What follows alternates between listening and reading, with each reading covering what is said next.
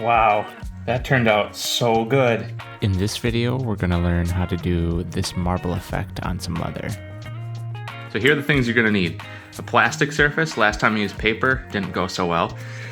Your shaving cream, today we're using the green soothing aloe just to see if there's any difference. Your pieces that you're going to be marble dyeing with the backs taped up. A comment on my last video wanted black and green dye, so that's what we'll do.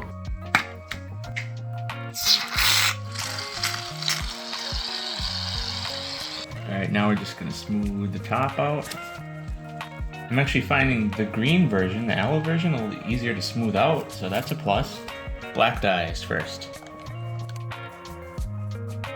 Alright, Kelly green now.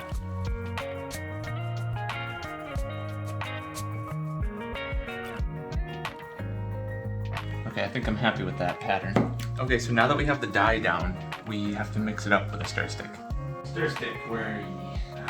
Stir stick, don't overdo it. I'm actually going for a repeated kind of swirl pattern too. Now we put our piece down and push down so that you see some of the foam coming out.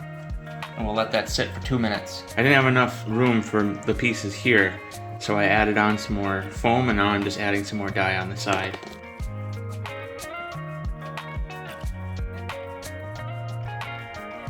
Now we can plop down the rest of the pieces.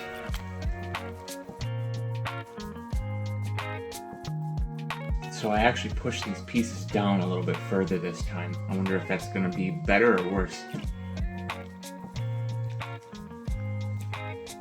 Moment of truth. Okay, I think it was pretty good. Wow, that turned out so good. I may be technically an adult, but my inner child really wants to do this. So there you have it. That's how you marble dye with shaving cream.